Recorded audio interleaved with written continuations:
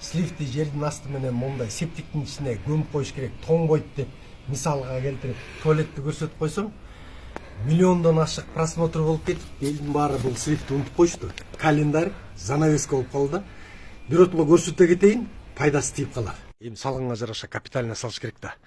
Көрдүңөрбү, үстүнөн ОСБ менен маршрут этип койгом, жайында ысык өтпөйт, кышында суук өтпөйт. Албетте свет тышынан дагы, ичинен дагы түн ичинде карайлабайчы. Мунун дагы вентиляциясы болуш керек. Астындагы сасыктын баары труба аркылуу өйдө чыгып кетет, сени өзү үйлөбөйчү. А ичинен болсо көрдүңөрбү, эки жагы тең ачык. Биякта желдеп таза болуп турат да.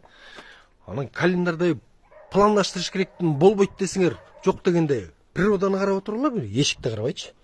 Өмүрүңдүн жарымы өтпөсө дагы кичине кирсең дагы приятныйраак болот да.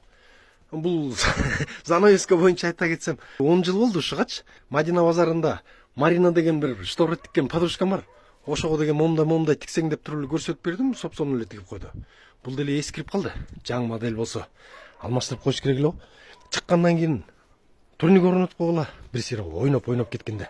Анан көчөгө чыгып кеткендерге айтат элем. 1 метр ошо көчөгө чыкпай андан көрөк туалеттин аркасын колдонсоң, ошо туурураак болот го дейм.